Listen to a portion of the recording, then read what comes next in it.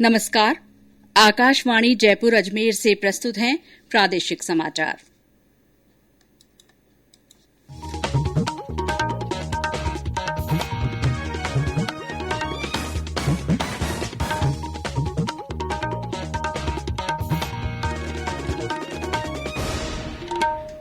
मुख्य समाचार। देश भर में 45 साल से अधिक आयु के लोगों का कोविड टीकाकरण शुरू। इस महीने से कोविड टीकाकरण कार्यक्रम प्रतिदिन। जयपुर में कोविड के 242 नए मामलों की पुष्टि। देश भर में सक्रिय मामलों की संख्या 5,84,000 से अधिक हुई। प्रदेश में मुख्यमंत्री चिरंजीवी स्वास्थ्य बीमा योजना के रजिस्ट्रेशन शुरू। देश में मार्च में जीएसटी से रिकॉर्ड 1,23,000 करोड़ रुपए से ज्यादा का राजस्व अर्जित। और प्रदेश में समर्थन मूल्य पर गेहूं और चने की खरीद शुरू।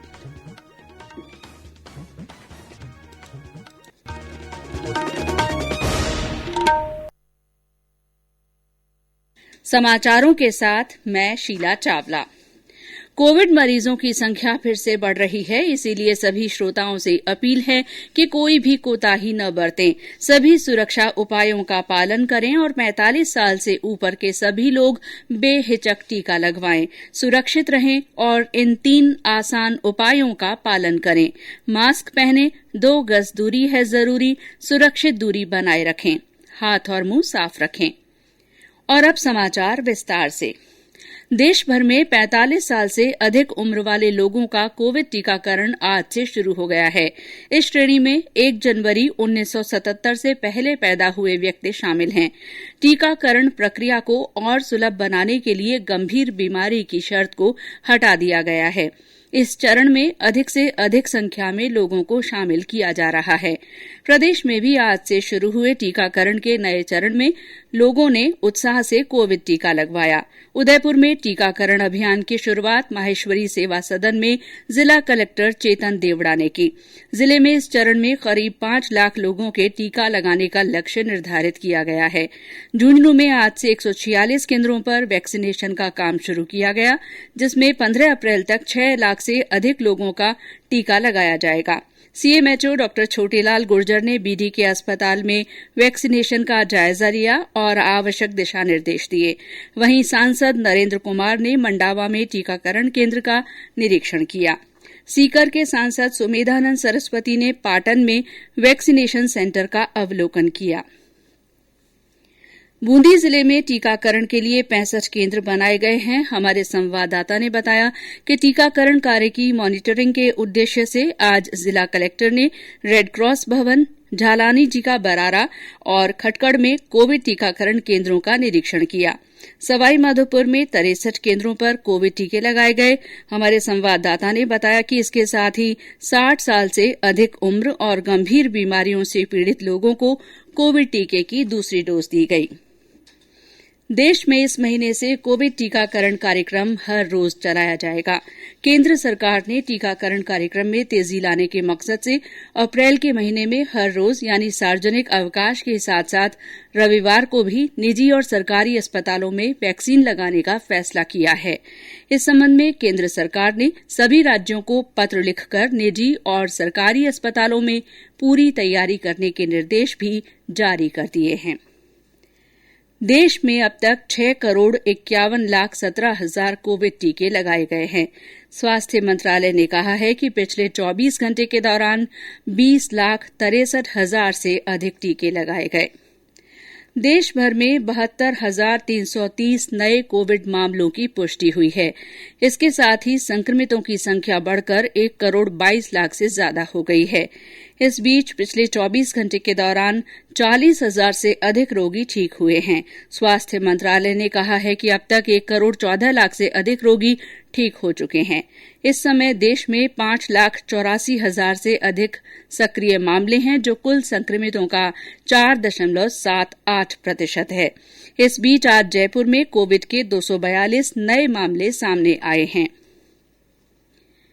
केंद्र सरकार की ओर से कोरोना के विरुद्ध जन जागरूकता आंदोलन चलाया जा रहा है। इसी के तहत आकाशवाणी जयपुर के समाचार बुलेटिनों में प्रसारित की जा रही विशेष श्रृंखला जनता का संदेश जनता के नाम में सुनिए हमारे एक और श्रोता का संदेश। नमस्कार, मैं बजरंग लाल श्री जगदम्बा आनंद विद्यालय श्री गंगानगर से सभी देशवासियों से अपील करना चाहता हूं कि देश में कोरोना की दूसरी लहर भयंकर तरीके से फैल रही है। इसलिए मास्क लगाना, 2 गज की दूरी का पालन करना, बार हाथों को सैनिटाइज करना, ये जरूर करें। और सरकार जो गाइडलाइंस जारी करे, केंद्र सरकार एवं राज्य सरकार, उनका पालन करें। हमारे अन्य श्रोता भी कोरोना जन जागरूकता आंदोलन से जुड़ सकते हैं। जो लोग कोविड टीका लगवा चुके हैं वे भी अपना संदेश हमें भेज सकते हैं। इसके लिए आपको अपना संदेश रिकॉर्ड कर या टाइप कर हमारे व्हाट्सएप नंबर 9414052368 पर भेजना होगा। चयनित संदेशों को आगामी बुलेटिनों में शामिल किया जाएगा। ये समाचार आकाशवाणी जयपुर अजमेर से प्रसारित किए जा रहे हैं। समाचारों में आगे बढ़ने से पहले ये संदेश।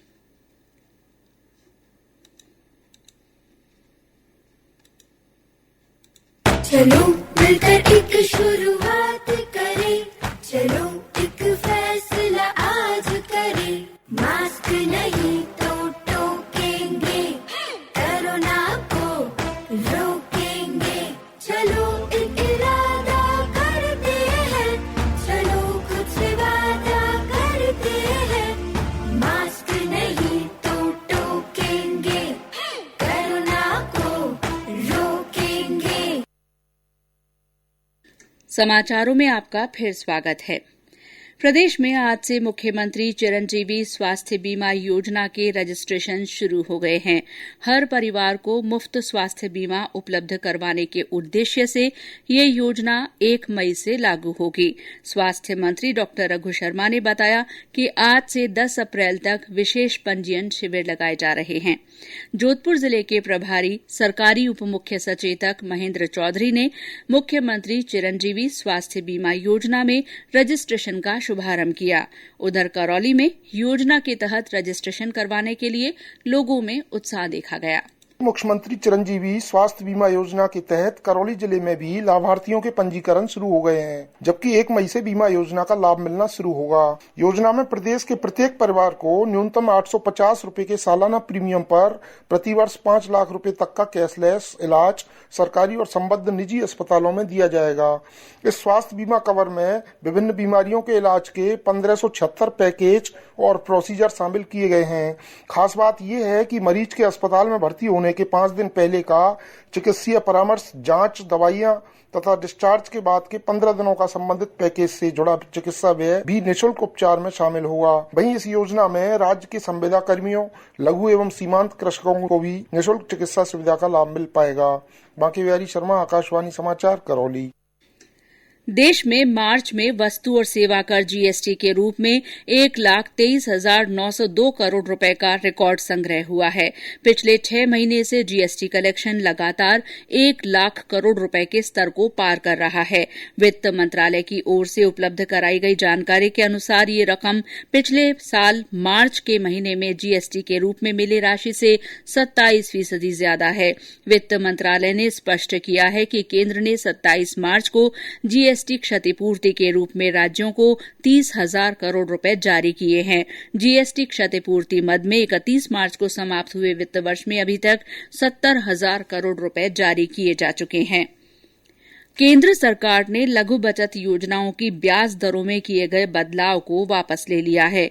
वित्त मंत्री ने कहा है कि लघु बचत योजनाओं पर ब्याज दर मार्च 2021 के अनुसार यथावत जारी रहेंगी। वित्त मंत्री निर्मला सीतारमण ने कहा कि केंद्र सरकार 2020-21 की अंतिम तिमाही में प्रचलित लघु बचत ब्याज दरें जारी रखेगी। प्रदेश में आज से गेहूं और चने की सरकारी खरीद शुरू हो गई है। इसके लिए 1300 से अधिक खरीद केंद्र बनाए गए हैं। हमारे करौली संवाददाता ने बताया कि जिले के 6 खरीद केंद्रों पर आज समर्थन मूल्य पर चना और सरसों की खरीद की गई। इस बीच राज्य सरकार ने किसानों को खरीद के वास्ते ऑनलाइन पंजीकरण में राहत दी है। अब किसान स्वयं के घोषणा पत्र के आधार पर ये पंजीयन करवा सकेंगे। राज्य सरकार ने हर जिले की स्थानीय आवश्यकता के अनुरूप विकास के लिए मुख्यमंत्री जिला नवाचार निधि योजना को मंजूरी दे दी है। इस योजना में प्रत्येक जिले को 1-1 करोड़ रुपए हर साल आवंटित किए जाएंगे। गौरतलब है कि मुख्यमंत्री ने राज्य बजट में इस योजना की घोषणा की थी। इस योजना में ऐसी गतिविधियों और कार्यों को लागू किया जाएगा जिनके लिए पहले से चल रही सरकारी योजनाओं में प्रावधान नहीं है। राज्य सरकार ने प्रधानमंत्री आवास योजना ग्रामीण के प्रचार प्रसार तथा आईईसी गतिविधियों के क्रियान्वयन के लिए 3 करोड़ 35 लाख रुपए की वार्षिक योजना को मंजूरी दी है। इस मंजूरी से योजना के लाभार्थियों को गुणवत्तापूर्ण आवास निर्माण के लिए तकनीकी जानकारी उपलब्ध कराने के साथ ही अधिक से अधिक लोगों को योजना का लाभ लेने के लिए जागरूक किया जा सकेगा। राज्य सरकार की ओर से राष्ट्रीय बाघ संरक्षण अभ्यारण्य में प्रवेश शुल्क, वाहन प्रवेश शुल्क और इको डेवलपमेंट सरचार्ज की दरों में आज से 20% की बढ़ोतरी हो गई है। हमारे सवाईमाधोपुर संवाददाता ने बताया कि इस बढ़ोतरी से रणथंभौर उद्यान में पर्यटकों का भ्रमण महंगा हो गया है। सरकार के निर्देशानुसार रणथंभौर राष्ट्रीय उद्यान में भी आज से पर्यटकों के प्रवेश शुल्क, वाहन प्रवेश शुल्क और इको डेवलपमेंट सरचार्ज में 20% की वृद्धि हो गई है। वन विभाग की ओर से विगत 5 वर्षों से प्रतिवर्ष 10% राशि का इजाफा किया जाता रहा है।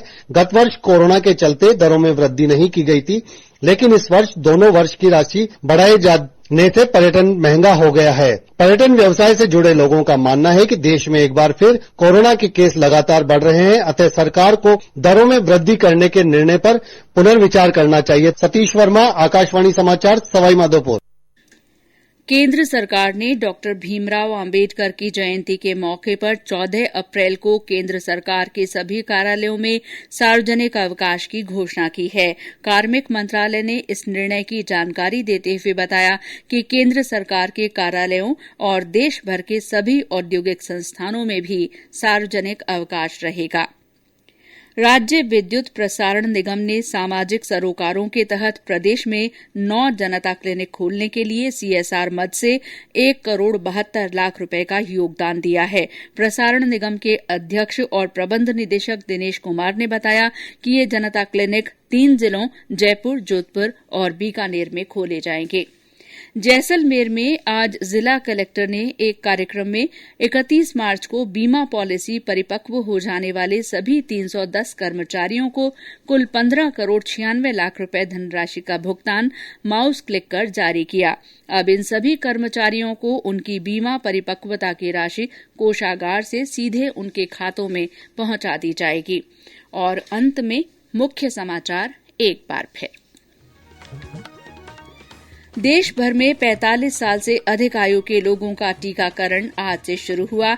इस महीने से रोजाना कोविड टीकाकरण कार्यक्रम होगा। जयपुर में कोविड के 242 नए मामलों की पुष्टि हुई है। देश भर में सक्रिय मामलों की संख्या 5,84,000 से अधिक हो गई है। प्रदेश में मुख्यमंत्री चिरंजीवी स्वास्थ्य बीमा योजना का रजिस्ट्रेशन शुरू हो गया है। देश में मार्च में जीएसटी से रिकॉर्ड 1,23,000 करोड़ रुपए से ज्यादा का राजस्व अर्जित हुआ है। और प्रदेश में समर्थन मूल्य पर गेहूं और चने की खरीद शुरू हो गई है। इसी के साथ प्रादेशिक समाचार बुलेटिन समाप्त हुआ। नमस्कार।